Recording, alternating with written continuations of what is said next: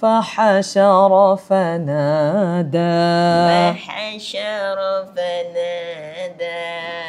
فقال أنا ربكم الأعلى.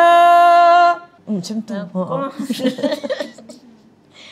فقال أنا ربكم الأعلى. Itu ada tamtid kan saya. Faqala ana rabbukumul. Yang itulah namanya tamtid. Yang tu seret nama dia kan. Faqala ana rabbukumul a'la. Faqala ana rabbukumul a'la. Ada lagi tu.